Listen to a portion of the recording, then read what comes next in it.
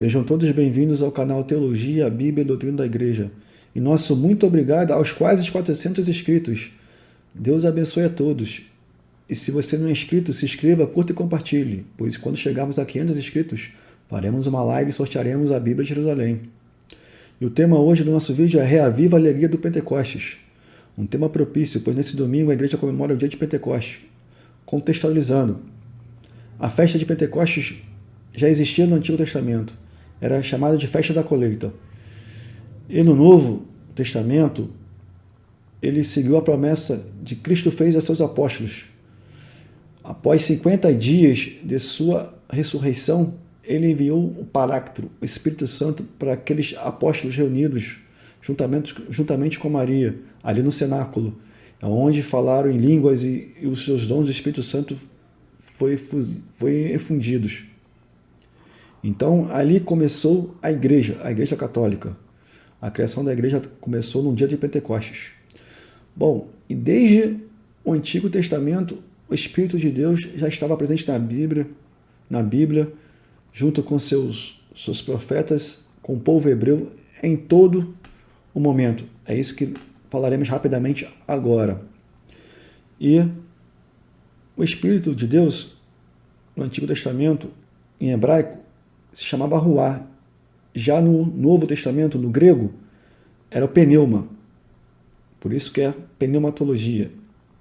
É o estudo do Espírito Santo. Lá no Antigo Testamento, já na criação do mundo, em Gênesis 1 e 2, o Espírito de Deus já pairava por sobre as águas. Indo mais à frente, quando o povo hebreu fugiu do Egito e passou os 40 anos no deserto, o Espírito de Deus também estava com eles. Lá em Êxodo 13, 21, durante um dia, uma coluna de nuvem os guiava pelo caminho, e durante a noite, uma coluna de fogo, a fim que caminhasse de dia e de noite. Então, o Espírito Santo de Deus, ele conduzia o povo pelo deserto.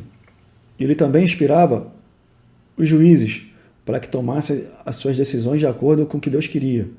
Lá em Juízes 3:10, veio sobre ele o Espírito do Senhor e ele julgou a Israel.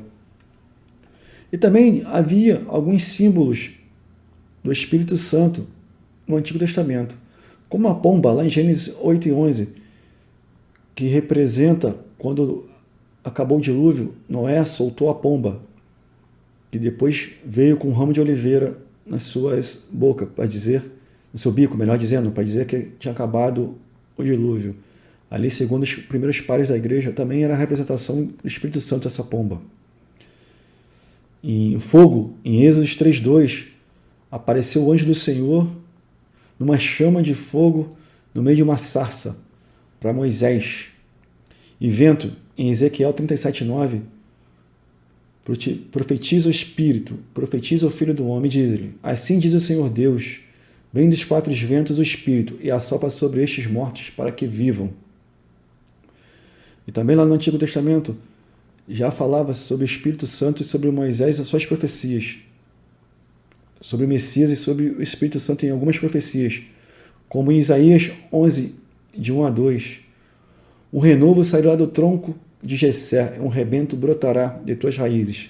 Sobre ele repousará o Espírito do Senhor, o Espírito de sabedoria e do entendimento, Espírito de prudência, de coragem, de ciência e de temor ao Senhor.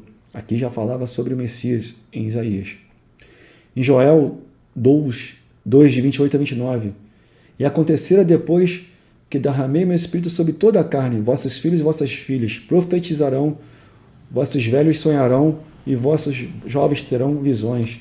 Aqui já estava falando também sobre Pentecostes. Em Ezequiel 36, 26 e 27. Este que é um dos livros mais proféticos que temos na Bíblia também. Dar-vos-ei o coração novo, e porei dentro de vós o espírito novo. Tirarei a vós o coração de pedra, e vos darei coração de carne. Porei dentro de vós o meu espírito, e farei que andeis nos meus estatutos. Guardei os meus juízos, eu os observarei. Então já mostrava a conexão forte entre o Espírito Santo e o Messias. E teve início no Novo Testamento sobre Pentecostes, lá em Atos 2, como eu falei no começo do vídeo, onde os apóstolos os discípulos, juntamente com Maria, reunidos no cenáculo, receberam o Espírito Santo. E ali a Igreja Católica começou. Os apóstolos começaram a verdadeiramente fazer a sua pregação. E o Espírito Santo deu coragem para ele pregar. E até serem martirizados através do seu testemunho em Jesus Cristo. E a ação do Espírito Santo dos primeiros cristãos concedeu-lhes os dons e carismas, como lá em Coríntios 12. Também guiou na evangelização, como lá em Atos 8:29. Então disse o Espírito a Filipe: aproxime-te desse carro e acompanhe-o. Isso os fortaleceu na perseguição. Em Atos 7:55 temos o primeiro martírio da igreja, do primeiro santo martirizado, que foi Santo Estevão.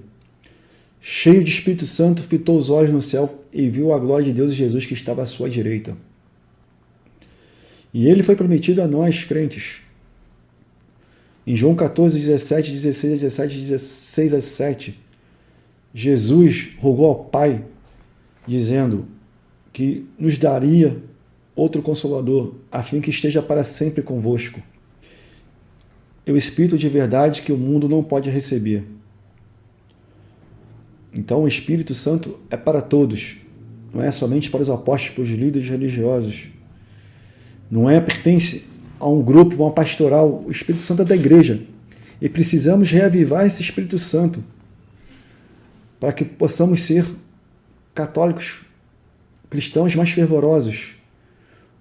Pois como Jesus disse lá em João 16, eu vos darei o Consolador, o Paráclito. Eu gosto muito da tradução auxiliador, pois ele nos auxilia a ser o melhor cristão, a ser uma pessoa melhor, a vivenciar a nossa fé, a reavivar a chama da nossa fé em nosso coração. Às vezes passamos por um deserto, e só através do seu Espírito Santo, pedindo a ele, ele reaviva essa chama. Está agora no Pentecostes, aproveitamos essa festa para revivar esse amor por nós que Deus tem e reavivar essa chama em nossas vidas e na igreja, principalmente. E como que buscamos esse reavivamento? Através da oração. Buscamos o reavivamento do Espírito Santo através da oração. Leitura da Bíblia, nos aprofundando na palavra de Deus. Através da comunhão com os irmãos, em busca de experiência. A vida na igreja, em comunhão com os irmãos, faz com que essas chamas reaviva nosso coração, como que foi lá em Pentecostes, com aqueles discípulos apóstolos reunidos naquele cenáculo. E sempre com a obediência da palavra de Deus, fazendo o que ele quer, através dos seus desígnios. Só através do Espírito Santo conseguimos seguir em diante. Sem ele, nada seremos.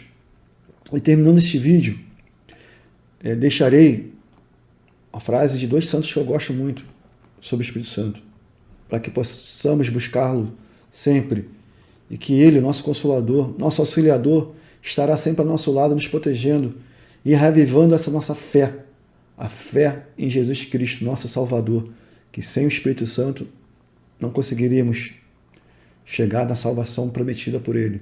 Santo Agostinho fala: o Espírito Santo é o fogo que acende a chama do amor em nossos corações.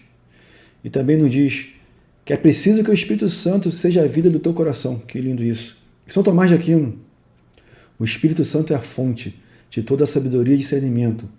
O Espírito Santo é o amor que une o Pai ao Filho e que é comunicado às criaturas. Sem o Espírito Santo não podemos conhecer a Deus nem amá-lo de verdade. Então, Santo Tomás diz aqui que sem o Espírito Santo não conhecemos a Deus nem Jesus.